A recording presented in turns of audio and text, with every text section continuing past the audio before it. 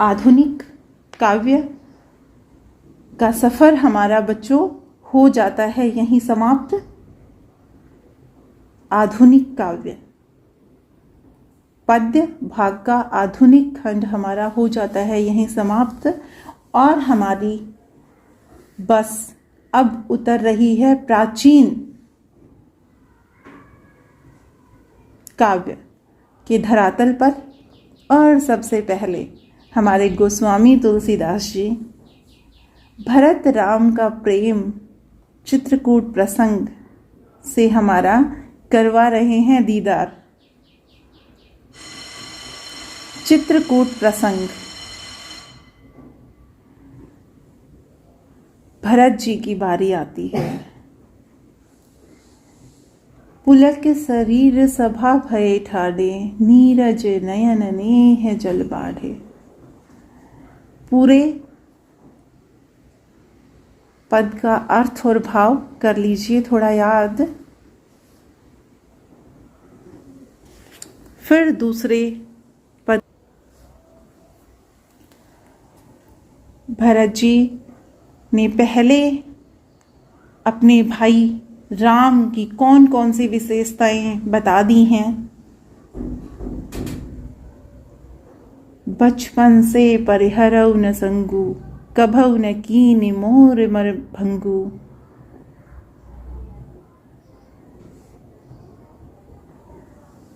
श्री राम की उदारता, उनके विशाल हृदय, उसकी महानता का गुणगान करते हुए भरत जी अपने भातृ प्रेम को दिखाते हुए कि कैसे वो उनके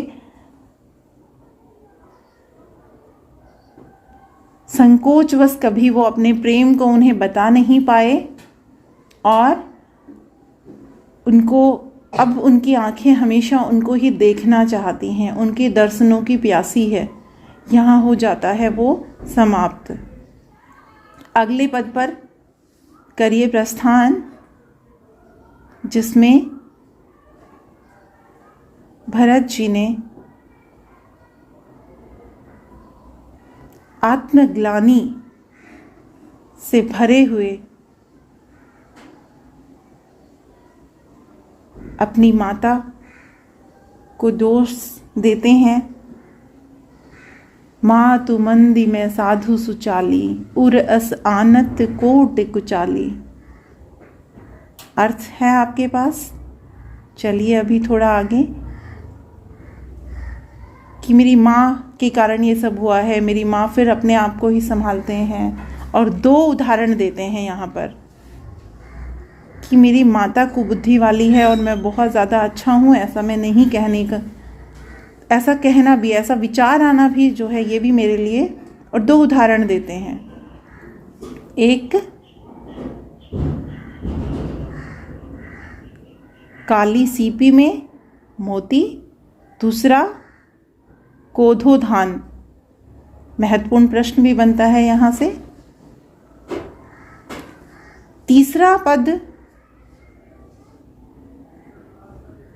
सभी प्रजाजनों की दुख का कारण स्वयं को मानते हैं। सभी प्रजावासियों कितने दुखी हैं, कितने कष्ट में हैं, कितने पीड़ा में हैं। माता कैकेयी ने उनके लिए मांग लिया है वरदान, उसके कारण राजा दशरथ हो गए हैं मृत्यु को प्राप्त। और जो परिस्थितियां उपजी हैं उन सब के मूल में भरत जी अपने को पाते हैं और इस कष्ट और पीड़ा के लिए अपने आप को दोषी मानते हैं और खुद भी ये बताते हैं कि वो कितने अथाह दुख और कष्ट में हैं। इन सभी प्रजावासियों के दुख और कष्ट को देखकर, ये सब देखने के बाद भी उनके जो जड़ प्राण हैं वो छूट नहीं रहे हैं। और फिर इस बात को भी वो इन पंक्तियों के माध्यम से कि देव अब मेरे अलावा और किसे ये भाग्य देगा, भाग्य मेरे अलावा और किसे ये दुख सहन करवाएगा।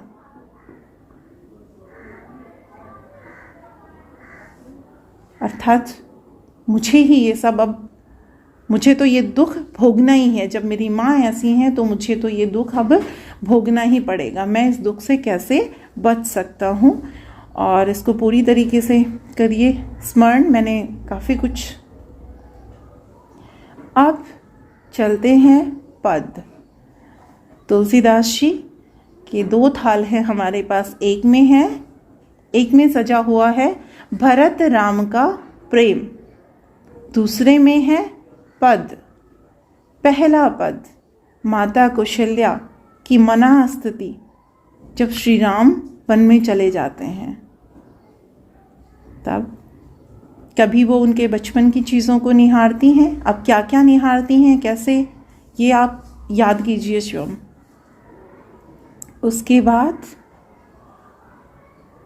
कभी उठाती हैं उठऊ तात बलिमात वदन पर, अनुज सखा सब द्वारे, बड़ी बार भई। याद आ रहा है? शाबाश, आगे चलिए अब। और जैसे ही उन्हें याद आता है कि अरे श्री राम तो यहाँ है ही नहीं, तो वो चित्र लिखित सी हो जाती हैं। यहाँ से भी एक महत्वपूर्ण प्रश्न कर रहा है आपका इंतजार, क्यों कहा गया है? उत्तर है आप लोगों के पास? फिर उनको मयूरी, दोनों ही प्रश्नों का जवाब कर लीजिए तैयार। अगर किसी बच्चे के पास नहीं है इसका जवाब तो घबराएं बिल्कुल नहीं, ध्यान से आने के बाद रखें याद और उस प्रसंग को थोड़ा सा देख लीजिएगा या चर्चा कर लीजिएगा मुझसे। चलिए अब आगे करते हैं प्रस्थान भक्ति काल की। ज्ञानाश्री, क्या मैंने सही बोला? चलिए, प्रेम मार्गी, समझ गई मैं आपके से। भक्ति काल, सगुण निर्गुण, निर्गुण भक्ति, ज्ञानाश्री, प्रेमाश्री। तो प्रेमाश्री के संत सूफी, शाबाश, हाँ सूफी कवि हैं हमारे। रिक्त स्थान को आप कर लीजिए पूरा। पद्मावत है उनका महाकाव्य और उनके नागमती के वियोग के 4 माह का वर्णन 4 पदों में खड़ा है हमारे सामने। बिल्कुल चारों माह, थोड़ा सा ध्यान दीजिए। विद्यापति जी और जायसी जी में जो असमंजस होता है बिल्कुल 1% भी नहीं होगा बेटा। दोनों का ही वर्णन है बिल्कुल अलग। हाँ, श्रावण मास का वर्णन जरूर मिलता जुलता नहीं, मतलब महीने का वर्णन आया है, वर्णन बिल्कुल अलग है। थोड़ा सा पकड़ बनाने की कोशिश करें। सर्दी का महीना हो गया है शुरू, अगहन मास से शुरू होती है हमारी बात। देखिए पहले पद में दिन छोटे हो गए हैं, रातें बड़ी हो गई हैं और नागमती का हो रहा है बुरा हाल। दिन तो जैसे तैसे निकल भी जाते थे, अब रात निकालना हो रहा है मुश्किल। कर लीजिए पूरे प्रसंग को याद।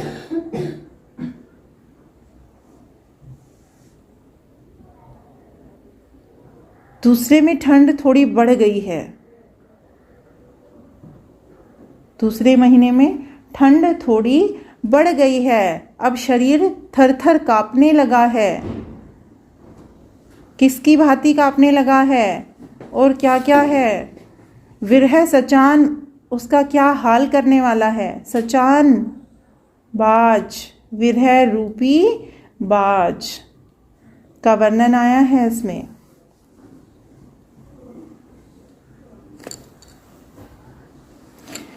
तीसरा पद, ठंड, पाला पड़ने लगा है। अब पहले दिन बड़ी, दिन छोटा, रात बड़ी, फिर ठंड पड़नी हुई शुरू, शरीर थर थर काँपने लगा। कौन सा है माह, कर लीजिए आप याद। तीसरे में पाला पड़ने लग गया है, अर्थात ठंड बहुत बढ़ गई है और सेज किसके जैसी लग रही है?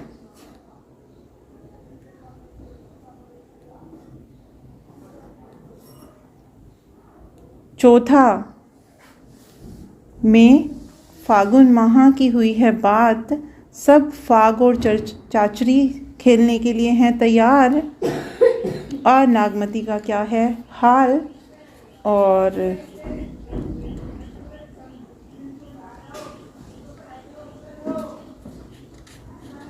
राख बनकर उड़ने की और अपने पति रत्नसेन के मार्ग में वो धूल पहुंचाने की हुई है बात। कौन से पद में, जरा कीजिए थोड़ा सा याद।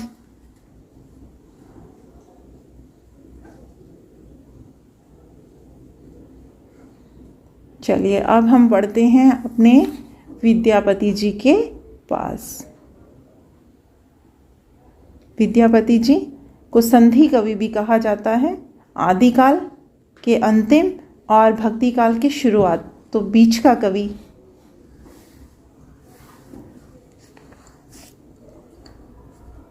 पहले पद में राधा जी का एक सरी पिया बिनु मोहि रहलो न जाए।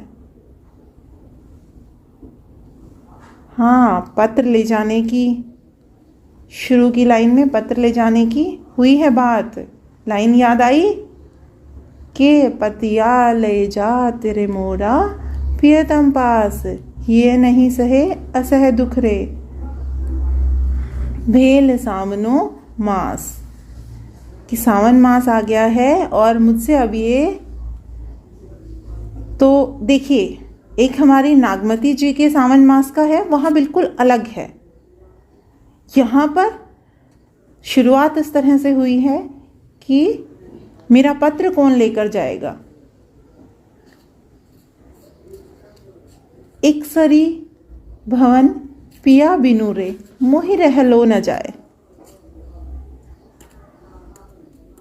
पहुंच रहे हो आगे, और क्या क्या कहती हैं वो अपनी सखी से।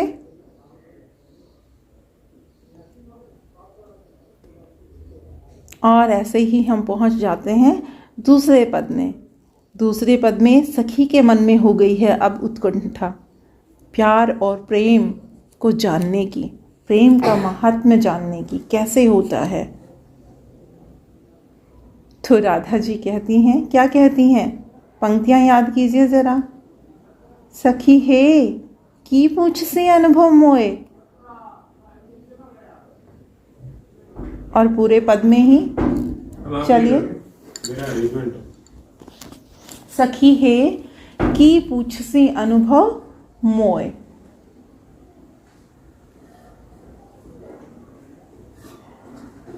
प्रेम का वर्णन मैं कैसे बताऊं, मुझसे क्या पूछ रही है, ये नित नित क्या होता है। और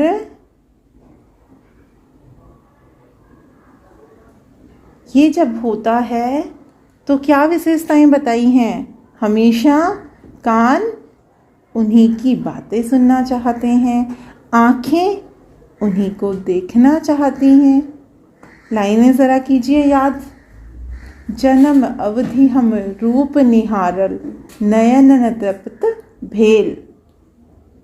ठीक है, आंखें हमारी तभी भी तृप्त नहीं होती हैं, हम उन्हें ही देखना चाहते हैं, उन्हें ही सुनना चाहते हैं। और अंत में क्या कहती हैं कि बड़े बड़े विद्वान लोग इसका वर्णन नहीं कर पाए, तो मैं कैसे तुम्हें बता दूं, कैसे समझा दूं कि प्रेम क्या होता है। वो बताने की चीज़ नहीं है, समझने की है, अनुभव की है। और अंत में क्या कहती हैं कि मैं क्या बता सकती हूँ, लाखन मिललल। कुछ याद आया? ऐसा सच्चा प्रेम लाखों में किसी एक से प्राण जुड़ाए थे, शब्द दे रही हूँ, पूरा पंक्तियाँ पूरी खुद कीजिए।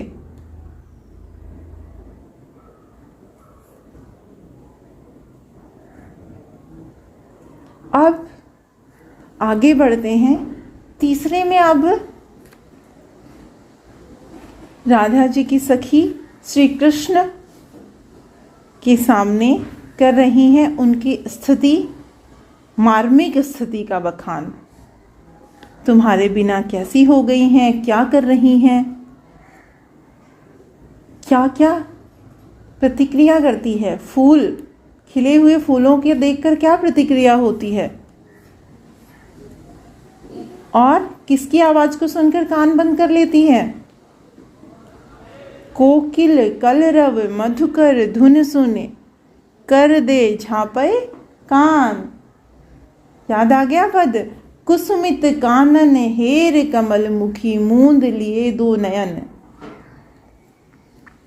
फूले हुए खिले हुए फूलों को देखकर अपनी आंखें बंद कर लेती है।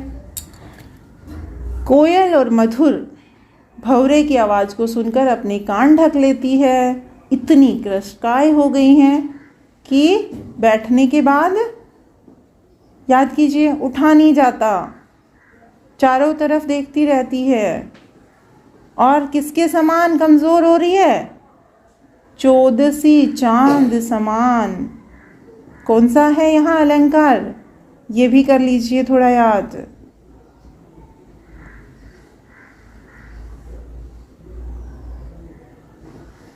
चलिए अब थोड़ा और आगे को करते हैं प्रस्थान और पहुँचते हैं सुजान के विरह में।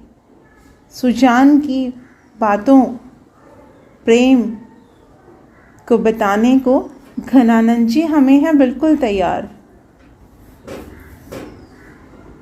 घनानंद जी के हमारे पास दो कवित हैं, दो सवैया है।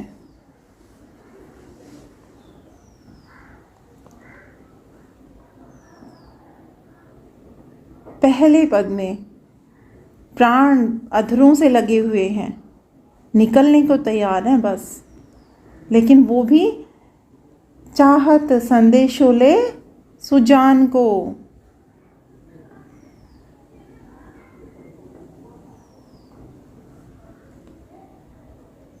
दूसरे पद में कवित में घनानंद जी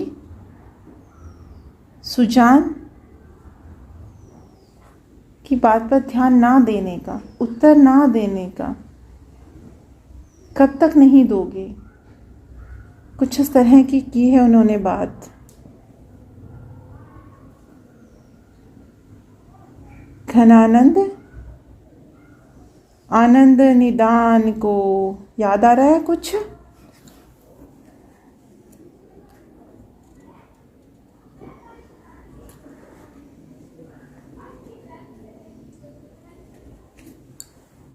सुजान के कठोर हृदय की है उन्होंने बात।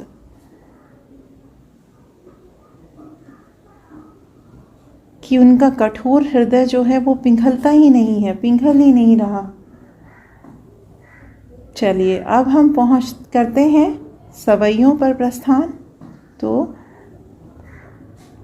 वहाँ घनानंद जी क्या कह रहे हैं, देखिए ज़रा। तुलना की है उन्होंने कि पहले प्राण कैसे रहते थे, अब कैसे रहते हैं। पहले उन्हें देखकर और अब बिना देखे उनकी आंखें क्या हो रही हैं।